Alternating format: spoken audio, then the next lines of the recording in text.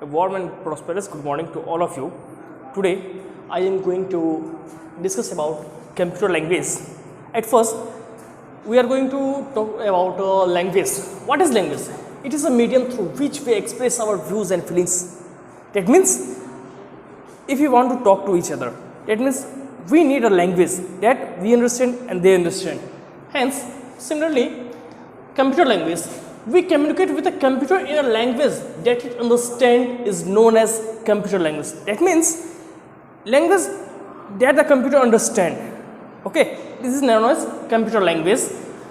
Here it is a program. It is a set of instructions that tells the computer what to do is known as program. That means program tells the computer what we have to do. Okay, and the process of writing a program in a computer language is known as programming. That means program and programming. Programming is the process of writing a program in computer language.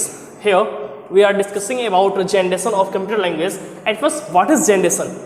The different phases of development of computer language are known as generation. There are 5 generations of computer language.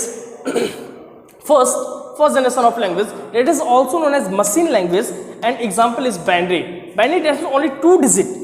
We know that computer understands only 2 digits, that is 0 and 1. 0 for off and 1 for on. Second generation language, that is known as assembly language, and it uses mnemonics, code and symbols. The both of above language, that means first generation and second generation language, are machine dependent. Okay. Now third generation language, it is also known as high level language, and some example is basic, C, C++, Java, etc. Fourth generation language, it is also known as very high level language, and some example of fourth generation of language, that is PHP, Ruby, Python, etc. And last, fifth generation of language, that is also known as artificial intelligence, that is used in mobile phones. Example, Mercury, OPS5 and Prolog.